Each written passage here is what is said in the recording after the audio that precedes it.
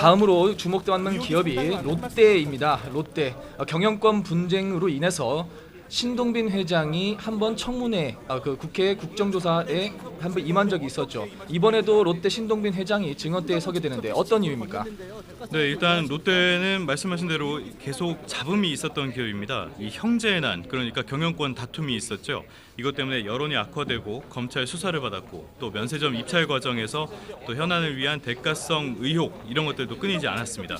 지난 7월에 박 대통령과 독대를 했습니다. 11월에 호텔 롯데가 미르에 28억 원을 출연했고요. 올해 3월에 독대한 뒤에는 롯데케미컬이 17억 원, K스포츠에 또 출연을 하기도 했습니다. 3월 독대에서 75억 원을 지원을 요구받았다는 이야기가 있는데요. 신동빈 회장이 지난 3월 박 대통령과 최순실 씨에게 각각 자금 지원을 요구받고 계열사들이 지난 5월 두 달 뒤죠. 70억 원을 K스포츠에 지원했다고 공소장에 보면은 이 내용이 명시가 되어 있습니다. K스포츠가 또 하남의 배드민턴 승마 등 비인기 종목 육성을 위한 시설 건축비로 75억 원을 롯데그룹에 요구한 것으로 알려지기도 했습니다. 당시에 롯데가 실제로 70억 원을 지원했는데요. 방금 신동빈 회장이 국회에 방금 도착을 했습니다. 지금 모습을 보고 있는데요.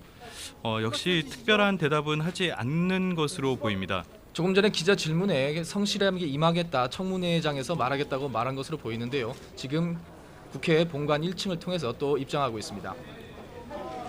네, 일단 오늘 삼성에 이어서 또 의혹의 핵심이 바로 신동빈 회장이라고도 볼 수 있습니다. 아직까지 성실에 임하겠다 이상의 이야기는 하지 않는 것으로 보이는데요. 이 롯데가 핵심으로 지목받는 이유 중에 하나가 바로 이제 계열사의 70억 원을 K스포츠 쪽에 출연을 하고 나서 나중에 돌려받았기 때문입니다.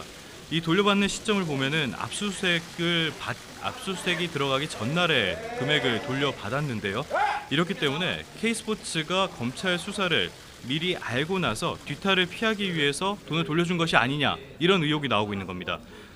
롯데 같은 경우에는 70억 원을 줄 때 어떤 대가성이 있지 않았습니까? 네, 그것이 이제 면세점 이런 의혹들이 있는데요. 면세점 사업 면허 심사에서 올해 4월에 탈락을 했죠. 그것을 탈락한 롯데를 위해서 새롭게 면세점을 수가 설치하는 계획이 발표되기도 했습니다.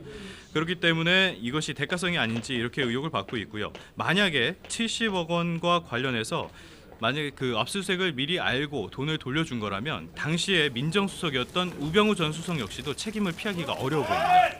오늘 이렇게 갖가지 의혹들이 있습니다. 오늘 청문회장 10시부터 시작을 하는데요. 10시에 기업 총수들 어떤 발언들을 할지 대가성에 관해서 어떤 말들을 할지 주목해 보겠습니다. 저희가